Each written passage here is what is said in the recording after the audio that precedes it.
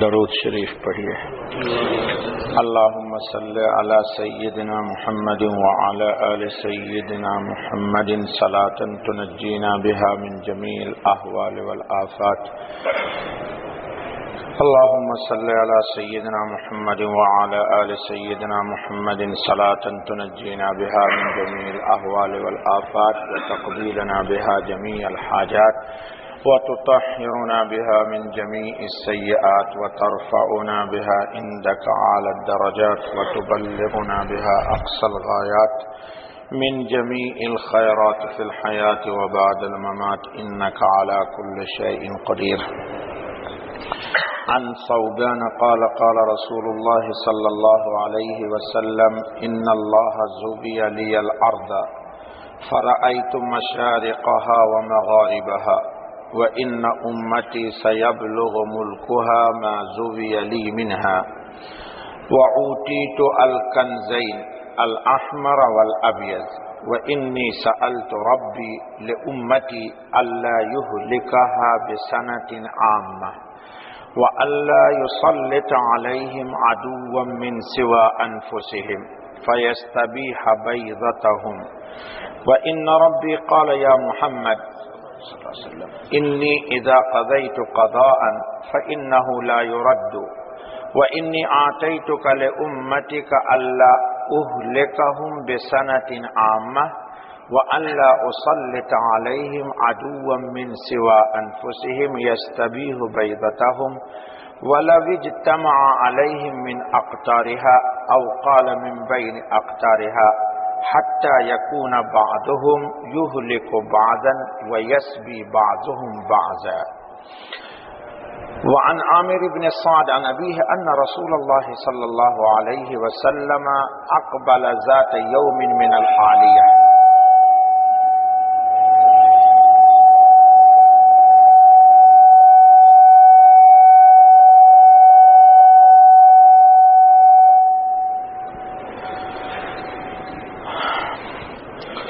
عن عامر بن سعد عن أبيه أن رسول الله صلى الله عليه وسلم أقبل ذات يوم من العالية حتى إذا مر بمسجد بني معاوية دخل فركع فيه ركعتين وصلينا معه ودعا ربه طويلا ثم انصرف إلينا فقال سألت ربي ثلاثا فأعطاني اثنتين ومنعني واحدة سألت ربي ألا يهلك أمتي بالسنة فأعطانيها وسألته ألا يهلك أمتي بالغرق فأعطانيها وسألته ألا يجعل بأسهم بينهم فمنعنيها۔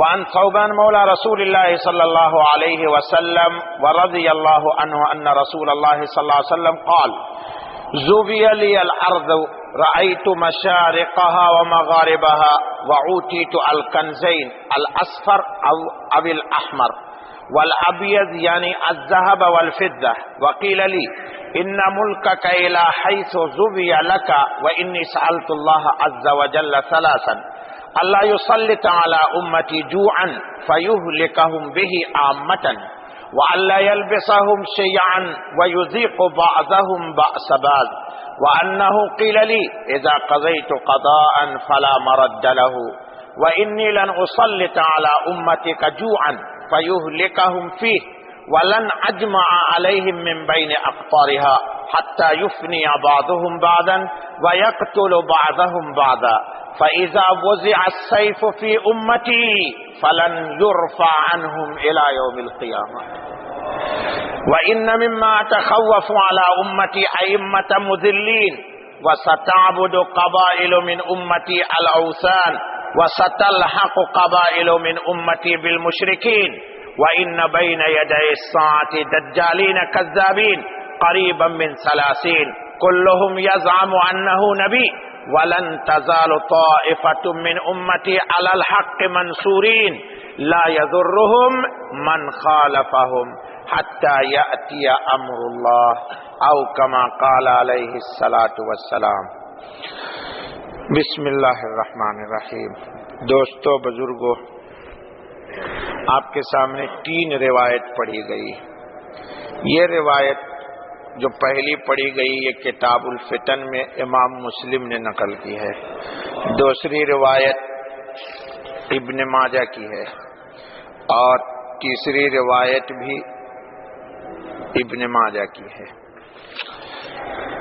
اس روایت کا تعلق فتن سے بھی ہے اور بعض لوگوں نے اس روایت کو دلائل النبوہ میں نقل کیا ہے. نبی پاک علیہ الصلاۃ والتسلیم کے نبوت کی دلیل اس حدیث میں بتائی گئی.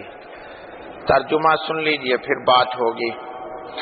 حضرت ثوبان فرماتے ہیں کہ نبی پاک علیہ الصلاۃ والتسلیم نے ارشاد فرمایا کہ بے شک اللہ نے زمین کو میرے لیے لپیٹ دیا یا سکیر دیا، یعنی بہت پھیلی ہوئی دنیا تھی، اس پوری دنیا کو اللہ تعالیٰ نے سمیٹا اور سمیٹ کر کے مجھے دکھلایا.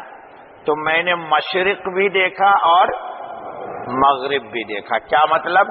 مشرق سے مغرب تک کی پوری کائنات عالم کو میں نے دیکھ لیا. جیسے آج کل کے دور میں ٹی وی کے اسکرین پر آپ بیٹھے ہیں دبئی میں، کہیں اور دیکھتے ہیں.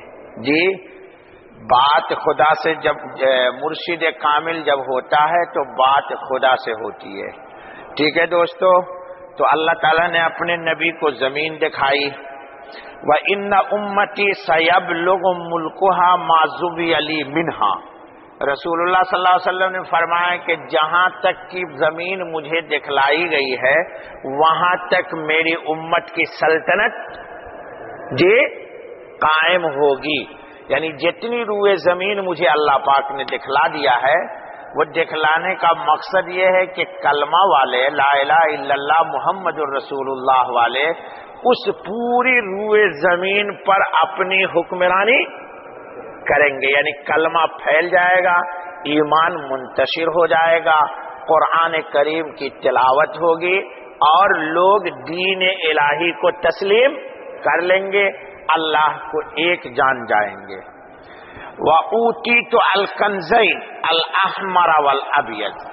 اور اللہ تعالیٰ نے مجھے 2 خزانے بھی دیے ہیں، ایک سرخ اور ایک سفید. سرخ سے مراد سونا، یہ سب کو پتا ہے، اور سفید سے مراد چاندی. وَإِنِّي سَأَلْتُ رَبِّي لِأُمَّتِي أَلَّا يُهْلِكَهَا بِسَنَةٍ عَامَّةٍ. اور میں نے اللہ سے یہ سوال کیا کہ میری امت کو عام بھوک میں اتنا قحط سالی پڑ جائے، اتنی بھوک کی شدت ہو جائے کہ بھوک میں میری امت فنا ہو جائے. کیا ہوا پھر؟ وہ ایک دعا، وَأَلَّا يُسَلِّطَ عَلَيْهِمْ عَدُوًّا مِّن سِوَىٰ أَنفُسِهِمْ. اور میں نے اللہ سے یہ بھی سوال کیا کہ میری امت پر دشمن کوئی ظالم، حاکم، جابر، عنید، سنگ دل کو میری امت پر مسلط مت کر دینا میرا رب، جو ان کو ہلاک و برباد کر دے. وَإِنَّ رَبِّي قَالَ لِي وَإِنَّ رَبِّي قَالَ يَا مُحَمَّدْ. تو میرے رب نے فرمایا کہ یا محمد صلی اللہ علیہ وسلم، انی اذا قضیت قضاء فإنه لا يرد. میں جب کوئی فیصلہ کر دیتا ہوں تو میرا فیصلہ عدلتا بدلتا نہیں ہے. میں انسان نہیں ہوں کہ ایک فیصلہ کر دیا، کل ہو کے کسی نے بتایا کہ اس میں یہ نقص ہے، یہ خرابی ہے، یہ پرابلمس ہیں، تو پھر آدمی اپنی رائے سے رجوع کرتا ہے. اللہ پاک کا علم وسیع بھی ہے اور اللہ کا علم محیط بھی ہے اور اللہ کا علم مبنی بر حکمت بھی ہے. یعنی جو بھی اللہ فیصلہ کرتے ہیں اس فیصلے میں کوئی تبدیلی، تمام واقعات کو، احوال کو ابتدا سے انتہا تک اللہ کے علم میں ہوتا ہے، پھر اللہ کوئی فیصلہ کرتے ہیں. وَإِنِّي آتَيْتُكَ لِأُمَّتِكَ أَلَّا أُهْلِكَهُمْ بِسَنَةٍ عَامَّةٍ. رسول پاک علیہ الصلوۃ والتسلیم کی دعا اللہ پاک نے قبول کر لیا کہ آپ کی امت کو بھوک کی شدت، قحط سالی کی شدت، تنگ دستی کی شدت امت کو ہلاک نہیں کرے گی۔ وَأَلَّا أُسَلِّطَ عَلَيْهِمْ عَدُوًّا مِّن سِوَىٰ أَنفُسِهِمْ يَسْتَبِيحُ بَيْضَتَهُمْ، اور آپ کی امت پر غیر کو بھی مسلط میں نہیں کروں گا جو امت کو صفحہ ہستی سے، ایک کتنی بڑی پیشن گوئی ہے، آ رہی ہے روایت بڑے قوت کے ساتھ، بڑی قوت اور طاقت کے ساتھ روایت آ رہی ہے۔ وَلَوْ اجْتَمَعَ عَلَيْهِمْ مِنْ أَقْطَارِهَا، اللہ فرماتے ہیں نبی پاک صلی اللہ علیہ وسلم کو کہ پوری روئے زمین، کائنات عالم، مشرق مغرب، شمال جنوب، اعداء قرآن، اعداء اسلام، اعداء محمد صلی اللہ علیہ وسلم، اعداء المسلمین، سب کے سب متفق ہو جائیں تو بھی لا الہ الا اللہ محمد الرسول اللہ پڑھنے والے کو صفحہ ہستی سے جی مٹا سکتے ہیں؟ مٹانے والے مٹ جائیں گے۔ عمر آئے تھے رسول اللہ کو قتل کرنے اور کفر کو قتل کروا کے چلے گئے۔ عمر آئے تھے رسول اسلام کو قتل کرنے، اور ان کو پتہ ہی نہیں تھا کہ عمر ہی کی تلوار سے ملت کفر قتل ہو جائے گی، اور رسول اللہ کا کام یہ ہوگا کہ وَرَفَعْنَا لَكَ ذِكْرَكَ۔ جی ایسا ہوا نہیں ہوا بابا؟ چلو روایت سنو۔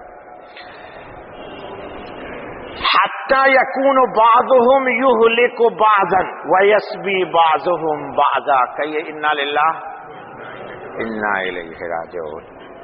میں یہاں پہ آ کے خاموش ہو جاؤں گا۔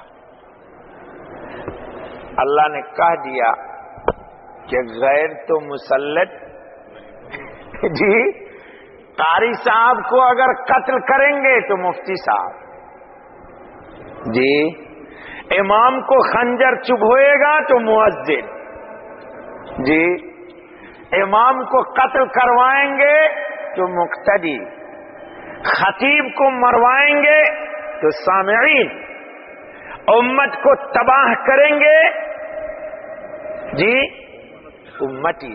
انا للہ وَإِنَّا إِلَيْهِ راجعون۔ دل کے پھپھولے جل اٹھے سینے کے داغ سے، اس گھر کو آگ لگ گئی۔ ہائے ہائے کس کا شعر ہے مجھے نہیں معلوم ہے۔ اس گھر کو آگ لگ گئی گھر کے چراغ سے۔ اللہ نے یہ دعا رد کر دی، کس کی؟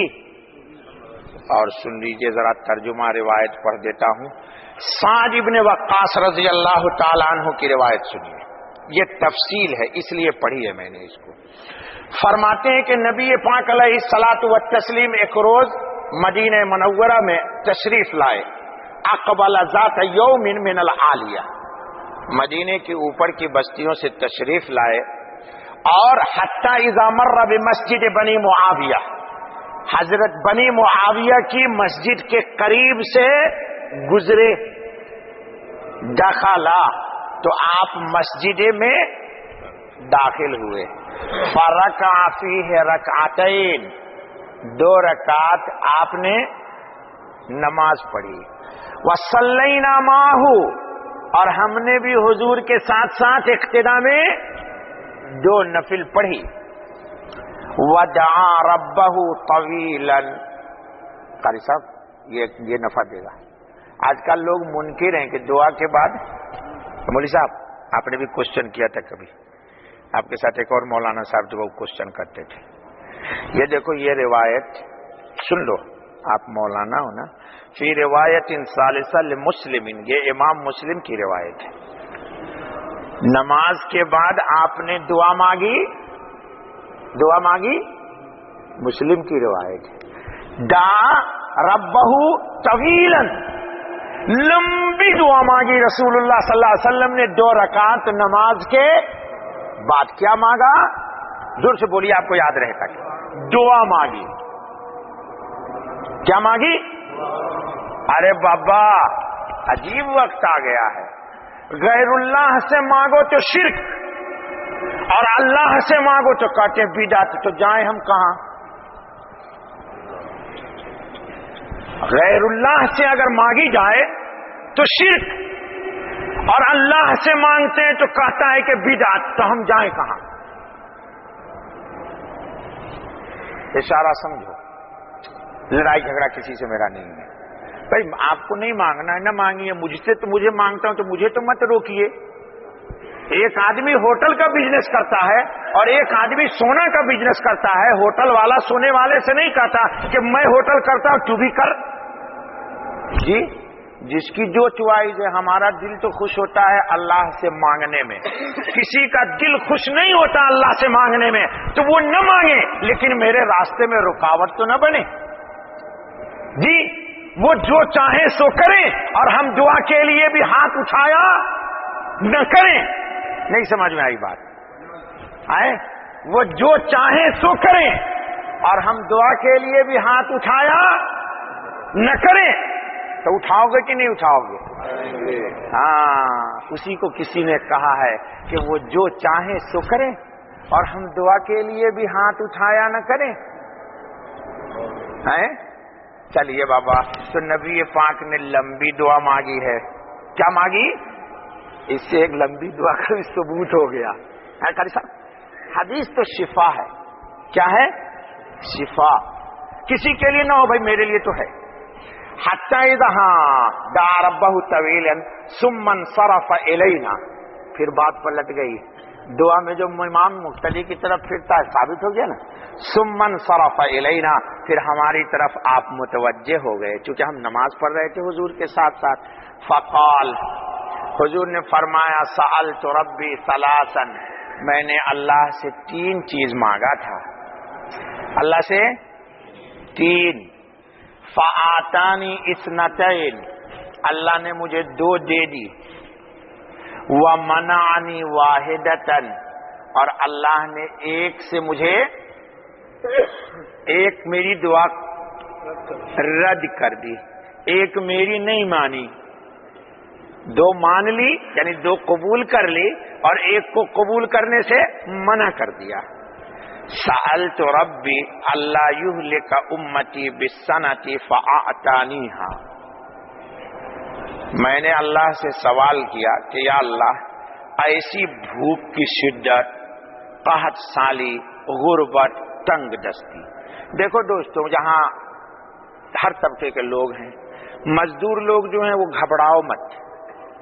یہ حدیث ثابت کر رہی ہے کہ ہم اور ہماری اولاد بھوکے نہیں مریں گے. اس لیے گناہ نہ کیا کرو، جھوٹ نہ بولا کرو، دغا نہ دیا کرو، فریب کے ساتھ مزدوری نہ کیا کرو. یہ حدیث بتا رہی ہے کہ ہم بھوک سے نہیں، میری اولاد بھی نہیں مرے گی. وسألت اللہ یہلک امتی بالغرق، اور میں نے اللہ سے یہ بھی سوال کیا کہ یا اللہ میری امت غرق ہی نہ ہو جائے، جیسے نوح علیہ السلام کی قوم غرق ہو گئی. 2 وسألتہ اللہ یجعل بأسہم بینہم فمنعنیھا، اور میں نے اللہ تعالیٰ سے یہ کہا کہ یا اللہ یہ آپس میں نہ لڑا کریں. تو اس کا مطلب دبئی والے خوب لڑیں گے. ابھی آ رہی ہے روایت. یہ لڑائی کہاں ہوگی میں مختصر کوشش کروں گا کہ سمجھاؤں آپ کو. تو میں نے دعا کیا کہ اللہ یجعل بأسہم بینہم، کہ ان کے آپس میں کوئی جنگ و جدال، اختلافات، جی پارٹی بندی نہ ہو. فمنعنیھا، تو میرے رب نے مجھے منع کر دیا. 2 چلیے تیسری روایت سن لیجئے.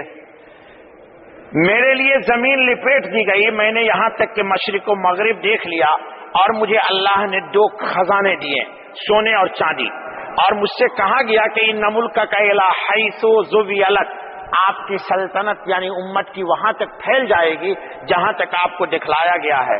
اور میں نے اللہ سے 3 سوال کیا، اللہ یسلط علی امتی جوعن، کہ میری امت پر بھوک کو مسلط مت کیجیے، فیہلکہم بہ عامۃً، کہ بھوک سے میری امت مر جائے، ہلاک ہو جائے، وَأَلَّا يَلْبِسَهُمْ شِيَعًا، اور میری امت آپس میں نہ ٹکرا جائے، وَيُذِيقُ بَأْسَهُمْ بَعْضَ بَعْضٍ، وَأَنَّهُ قِيلَ لِي، اللہ نے مجھے فرمایا کہ اذا قضیت قضاء فلا مرد له وانی لن اسلط علی امتک جوعا، میں آپ کی امت پر بھوک کو نہیں مسلط کروں گا جس سے وہ ہلاک ہوگی، ولن اجمع علیہم من بین اقطارها، اور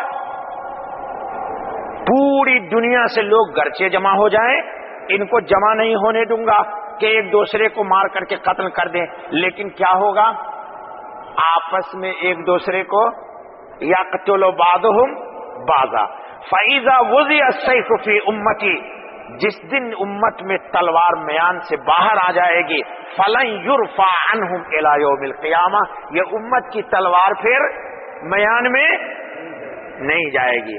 مولانا ابوالکلام آزاد کی ایک کتاب ہے انسانیت موت کے دروازے پر، جو لوگ اردو پڑھنا جانتے ہیں موقع مل جائے تو اس کو پڑھیے، انہوں نے نقل کر دیا، لکھ دیا ہے اپنی کتاب میں کہ یہ تلوار عثمان غنی رضی اللہ تعالیٰ عنہ کے قتل پر نکلی ہے، امت کی تلوار۔ کس کو قتل کیا ہے؟ ذی النورین، رسول اللہ کی 2 بیٹیاں جس شخص کے نکاح میں ہیں، اور دوسری بیٹی کا جب انتقال ہو گیا تو حضور نے فرمایا اب میرے پاس تیسری بیٹی نہیں ہے ورنہ میں وہ بھی عثمان کو، تب فرمایا کہ یہ تلوار میان میں سے نکل گئی عثمان غنی کے قتل پر۔ ہائے اللہ، کیا قیامت کا دن ہوگا، اللہ کے رسول کا داماد ہیں اور مدینۃ الرسول، اس میں امت نے اپنے نبی کے داماد کو جی ہائے ہائے ہائے ہائے فرمایا کہ یہ تلوار نکل چکی، اب آج تک یہ میان میں نہیں گئی، جنگ و جدال شروع ہے۔ وَإِنَّ مِمَّا أَتَخَوَّفُ عَلَىٰ أُمَّتِي، حضور نے فرمایا مجھے جو ڈر ہے اپنی امت پر، أَئِمَّةَ مُضِلِّينَ، گمراہ، دین سے ہٹے ہوئے، بددین، ائمہ سے مراد مسجد کے امام نہیں، ائمہ سے مراد حکام، بددین حکام جب مسلط ہو جائیں گے میری امت پر تو میری امت کو ہلا کر مسجدوں کو تباہ کریں گے، نمازیوں کو ٹیررسٹ کر کے قتل کروا دیں گے، یہ سب کچھ ہوتا رہے گا۔ اور وَسَيَعْبُدُ قَبَائِلُ مِنْ أُمَّتِي الْأَوْثَانَ، اور میری امت کے کچھ لوگ بتوں کی پوجا کریں گے۔ جی کس کی پوجا کریں گے؟ بت کی پوجا کریں گے۔ وَسَتَلْحَقُ قَبَائِلُ مِنْ أُمَّتِي بِالْمُشْرِكِينَ، اور میری امت کے کچھ لوگ، بیٹھ جائیے مفتی صاحب، میری امت کے کچھ لوگ کیا ہو جائیں گے؟ مشرکین کے ساتھ مل جائیں گے۔ دیکھو دوستو، عبادت کس کا نام ہے؟ جی کس کا نام ہے؟ آپ نے دنیا میں کسی مشرک کو دیکھا کہ اس نے پیسے درہم و دینار رکھے ہوں اور اس کو اس نے سجدے کیے ہوں؟ لیکن رسول اللہ صلی اللہ علیہ وسلم نے فرمایا تعیس عبد الدرہم، جی، اور عبد الدینار، درہم و دینار کے عبادت کرنے والے برباد ہو جائیں۔ ہائے ہائے ہائے ہائے ہائے ہائے۔ دیکھو دوستو، میں آپ کو ایک چیز سے متنبہ کرتا ہوں، غیروں کی پلاننگ کو نہیں سمجھ پایا، اپنے ہی کی پلاننگ کو نہیں سمجھ پایا۔ آج کل پیسے والے لوگ جاتے ہیں کسی بھی شاپنگ سینٹر میں، دیکھتے ہیں کہ شیشے کا مجسمہ بنا ہوا ہے۔ قاری صاحب، مجسمہ سمجھتے ہو؟ اسٹیچو، جس کو قرآن نے کہا ہے تماثیل، ما هذه التماثيل التي انتم لها عاكفون۔ غیروں کے معبودان باطل کے مجسمے مارکیٹ میں مختلف انداز میں مزین ہو کے آج بک رہے ہیں، اور بچے کو لے کے آپ جاتے ہیں اور بچہ کہتا ہے پاپا آئی لائک دس، ایسا بولتے بیٹا کیا مطلب ہے؟ مجھے یہ پسند ہے، آئی لائک دس، تو پاپا کیا کہتا ہے؟ یو ٹیک، پرابلم بہت ماروں گا، یو ٹیک یعنی تو لے لے بیٹا. اب پیمنٹ کرتے ہیں $100 اور وہ ہم نام نہیں لیں گے. مشرکین کے معبودان میں سے ایک بت ہے وہ، اور جس کو مسلمان $100 میں خرید کے لاتا ہے اور قرآن کو ظالم ٹی وی کے اوپر رکھتا ہے اور شو کیس میں اس شیشے کے بت کو سجا لیتا ہے. اور کیا بولتے ہیں مولانا یہ ڈیکوریٹ کر رہا ہوں گھر کو. What is decorate? ڈیکوریشن. انا للہ و انا الیہ راجعون. دوستو اللہ کا واسطہ ہے، آپ کو موت آئے گی، ملک الموت یقیناً آئے گا. رحمت کے فرشتے کو یہ مجسمہ روک دے گا اور عذاب کے فرشتے آ جائیں گے اور ایمان پر خاتمہ ہونے نہیں دیں گے. یہی شیطان نے قسم کھائی ہے. حاجیوں کے گھر میں جائیے، نمازیوں کے گھر میں جائیے، میری طرح گول ٹوپا والوں کے گھر میں جائیے، تہجد گزار کے گھر میں جائیے، اور ہر گھر میں آج موجود ہے. ہر گھر میں رحمت کے فرشتوں کو ہم نے وارننگ دے دی ہے کہ ملعون شیطان تو آئے لیکن خدا نہ رحمت کا فرشتہ تو نہ آ میرے گھر میں. اور پھر کہتے ہیں کیا مولوی صاحب بہت پریشانی ہے، اتنا وظیفہ پڑھتا ہوں. وظیفہ پڑھیے گا تو رحمت آئے گی، تو رحمت کو تو آپ نے پہلے ہی سے روکا ہوا ہے. تو یہ ایسا ہی ہے جیسے کسی آدمی کو مرض استسقاء بطن ہو جائے، کتنا پانی پیے لیکن سیراب،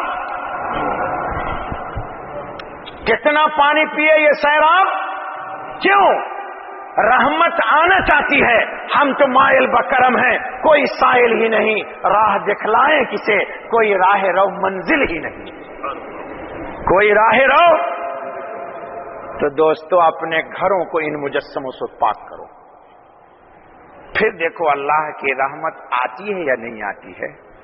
جی اور شوق سے قاری صاحب $1000 میں نام نہیں لوں گا، معبودان باطل کے وہ بت ہیں مخصوص جس کو مزین کر کے آج مارکیٹ میں اسٹیچو کی شکل میں اور پتہ نہیں کیا کیا نام لیتے، اس کا بھائی مجھے تو آتا بھی نہیں. اور آپ جاتے ہیں اور شوق سے خرید کے لے کے آتے ہیں. جی اور قرآن قاری صاحب کی مسجد میں لاکھوں رکھا ہوا ہے، فری میں بھی کوئی لینے کو تیار نہیں ہے. پھر لے آئے ہیں افغانی صاحب، یہ کوئی لینے کو تیار نہیں. اچھا بھائی چلیے وقت زیادہ ہو جائے گا، ترجمہ پہلے سن لیجیے. حضور اکرم صلی اللہ علیہ وسلم نے فرمایا وَإِنَّ بَيْنَ يَدَيِ السَّاعَةِ الدَّجَّالِينَ كَذَّابِينَ قَرِيبًا مِّن 30 كُلُّهُمْ يَزْعَمُ أَنَّهُ نَبِيٌّ لا الہ الا اللہ محمد الرسول اللہ. حضور نے فرمایا کہ دیکھو جس طرح میری امت پر ائمہ مضلین سے مسلط ہو جائیں گے اور میری امت کے کچھ لوگ بالمشرکین کے ساتھ الحاق کر لیں گے. لا حول ولا قوت الا باللہ العلی العظیم. اسی طرح قیامت آنے سے پہلے پہلے میری امت کے اندر 30 کمبخت جھوٹے نبی آ جائیں گے، دجال آئیں گے. دجل کا ترجمہ ہے فریب، دھوکہ دہی. جو نبی تو نہیں ہوں گے اور آپ کو دھوکہ دے کر کے کہیں گے میں نبی ہوں. اس پر پہلے تفصیلی کلام ہو چکا ہے. وَلَن تَزَالُ طَائِفَةٌ مِّنْ أُمَّتِي عَلَى الْحَقِّ مَنْصُورِينَ اللَّهُمَّ اجْعَلْنَا مِنْهُمْ. حضور فرماتے ہیں لیکن سن لو، شیطان نے بھی ایک بات کہی تھی. کیا؟ سورہ صاد میں کیا کہا تھا؟ لَأُغْوِيَنَّهُمْ أَجْمَعِينَ إِلَّا عِبَادَكَ مِنْهُمُ الْمُخْلَصِينَ اللَّهُمَّ اجْعَلْنَا مِنْهُمْ.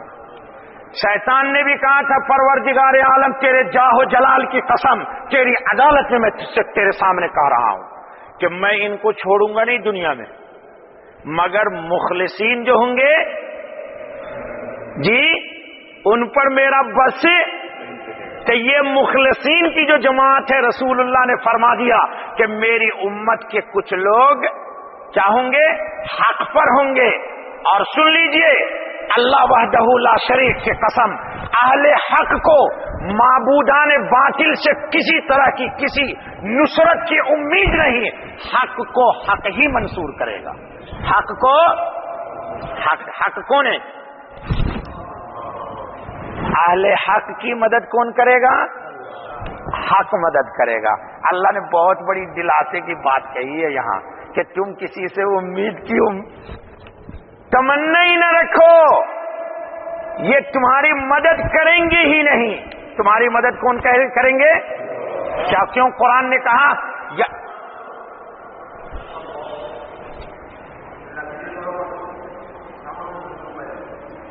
ہاں بچ کیوں شور کرتے ہیں؟ سنیے، وَلَا تُطِيعُوا الَّذِينَ كَفَرُوا يَرُدُّوكُمْ عَلَىٰ أَعْقَابِكُمْ فَتَنْقَلِبُوا خَاسِرِينَ. بہت پیاری بات اللہ نے اس کے بعد کہی ہے. بل اللہ مولاکم، بل اللہ مولاکم، تمہارا مولا کون ہے؟ بل اللہ مولاکم وہو، زور سے آپ پڑھیے، یہ ان کو نہیں پڑھوانا ہے مجھے. بل اللہ مولاکم، آپ کا مولا کون ہے؟ جی وَهُوَ خَيْرُ النَّاصِرِينَ اللَّهُمَّ انصُرْنَا فَإِنَّكَ خَيْرُ النَّاصِرِينَ. یا اللہ آپ ہی ہم سب کی مدد کر دیجیے. تو اللہ نے فرمایا کہ ایک گروپ، ایک جماعت حق پر قائم رہے گی، قیامت تک وہ حق ہی پر رہے گی. اب منصورین ہوگی کس کی طرف سے؟ منصورین من اللہ جل جلالہ، اللہ کی طرف سے منصور ہوگی. لا یضرہم من خالفہم، ان کا کوئی بھی نقصان مخالف نہیں کر سکے گا. للہ الحمد، للہ الحمد. لا یضرہم من خالفہم. اور حتی یأتی امر اللہ، یہاں تک کہ اللہ کا حکم آ جائے، اس وقت تک ان کو حق والے کو کوئی نقصان نہیں پہنچا سکے گا. بات وقت ہو گیا، اب انشاءاللہ اس کی تشریح اگلے جمعے کو کریں گے. ہم نے تو ترجمہ سنا دیا آپ کو. جو ضروری تشریح ہوگی کہ عذاب کی کتنی شکلیں ہیں، جس کو قرآن پاک نے ایک جگہ فرمایا ہے وَهُوَ الْقَادِرُ عَلَىٰ أَن يَبْعَثَ عَلَيْكُمْ عَذَابًا مِّن فَوْقِكُمْ أَوْ مِن تَحْتِ أَرْجُلِكُمْ أَوْ يَلْبِسَكُمْ لا الہ الا اللہ محمد الرسول اللہ. 3 شکل عذاب کی قرآن نے بتائی ہے. اس کی وضاحت اگلے جمعے انشاءاللہ ثم انشاءاللہ. اللہ سے دعا کیجئے اللہ پاک ہم سب کو منصورین علی الحق رکھے. ٹھیک ہے؟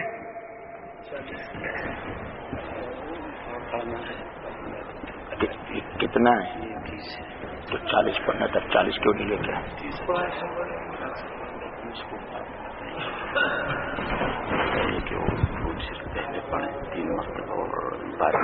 اگلے جمعہ کو بھی پڑھنا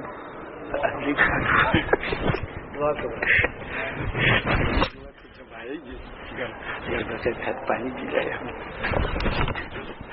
اچھا بھائی دیکھو، یہ تو ہمارے دوست ہے مفتی صاحب، سورہ یاسین شریف لے کر کے آئے. 40 بار سورہ یاسین شریف پڑھنا ہے. 41 یہ 41 تو ایرانی زبان ہے. 41 بار سورہ یاسین شریف پڑھنا ہے. اس میں ہے 30. دعا کر لیتے ہیں اجتماعی، چونکہ بہت سارے ساتھی دکان والے ہیں، تو جو پڑھنا چاہیں گے رک جائیں گے، جو نہیں پڑھنا چاہیں گے بل جب ان کو کیوں روکیں گے. ٹھیک ہے نا؟ انشاءاللہ.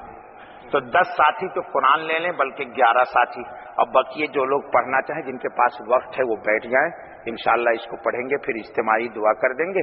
اللہ تعالی ہم سب کی مشکلوں کو آسان کر دے.